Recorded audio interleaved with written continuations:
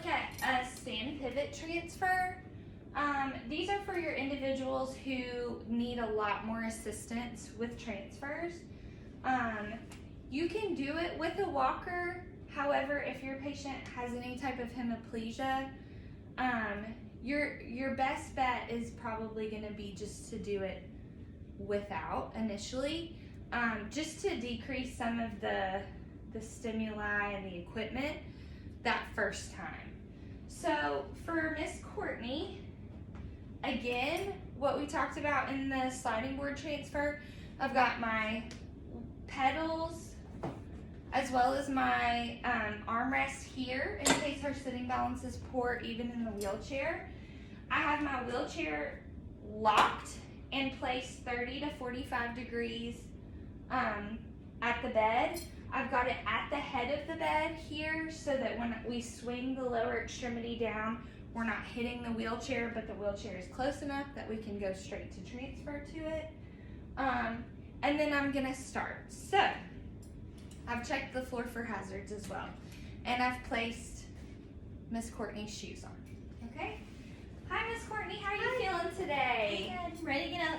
All right, let's do it. So I'm gonna put my safety belt on you. Will you roll to this side? So you're gonna have the patient roll. Good, come on back. And roll. Look at how great you roll. All right. Have you had any abdominal surgeries or any issues with your belly? Nope. All right, I'm gonna get my safety belt real snug on you, just in case. All right, so then we're gonna have you roll back on your side, and I'm gonna bring your lower extremity down, and I want you to push up. Excellent. Good. Okay.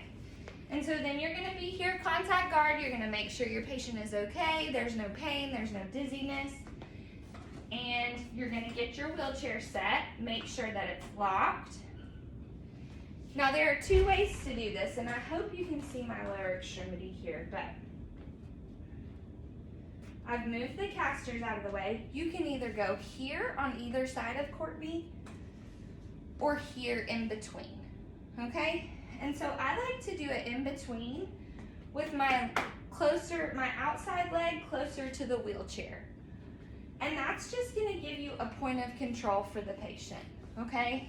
And you're making sure that the lower extremities are not gonna slip out, okay?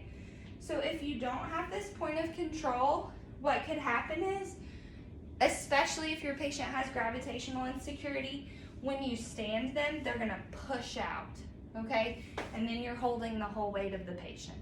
So, I'm gonna have this point of control. I'm gonna make sure Miss Courtney isn't gonna bow her feet out.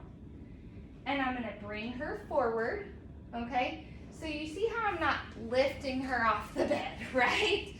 I'm using my weight as a counterbalance for her.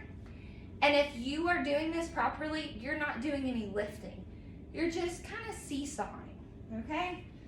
So I'm bringing her forward, and then now I have complete control of her body, and I'm just moving her hips over, okay? So you're not lifting the patient and moving them. You're counterbalancing and then shifting over, okay?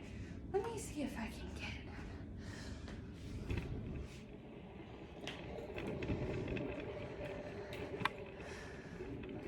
it. Okay. Our high-tech room here.